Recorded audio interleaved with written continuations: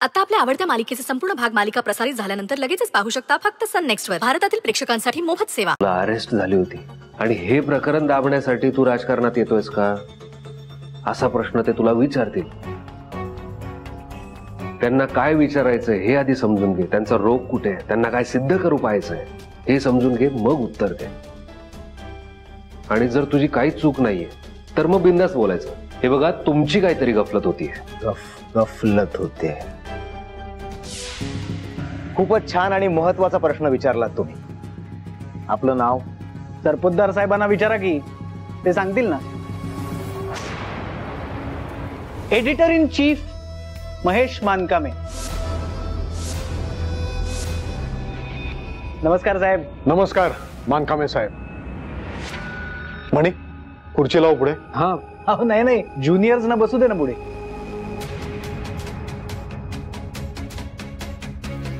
So mister मानकामे, मला मान्य आहे की स्वानंदीच्या केसमध्ये संशयित म्हणून मला पोलिसांनी अटक केली होती चौकशीसाठी. काय पोलीस यंत्रणा त्यांचं काम करत होती आणि मी एक जबाबदार नागरिक म्हणून त्यांना कोऑपरेट करण्याचं माझं कर्तव्य बजावत होतो. त्यावेळेला माझ्याबरोबर इतरांनाही अटक झाली होती त्या केसमध्ये चौकशीसाठी.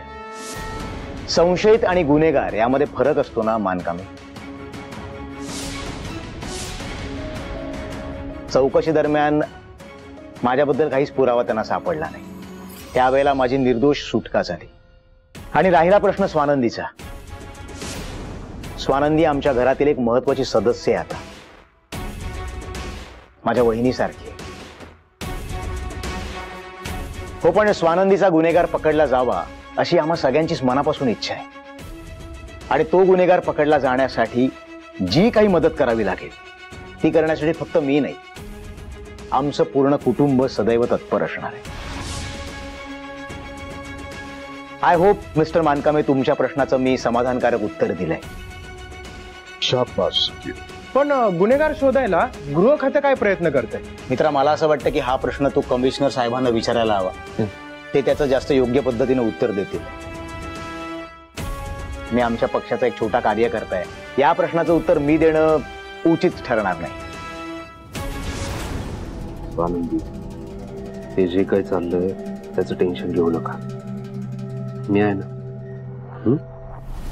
म्हणजे तुम्हाला असं म्हणायचंय का की ज्या गुन्हेगाराच्या विरुद्ध पुरावा मिळतच नाही तो गुन्हेगारच नाही, तो निर्दोष असतो का?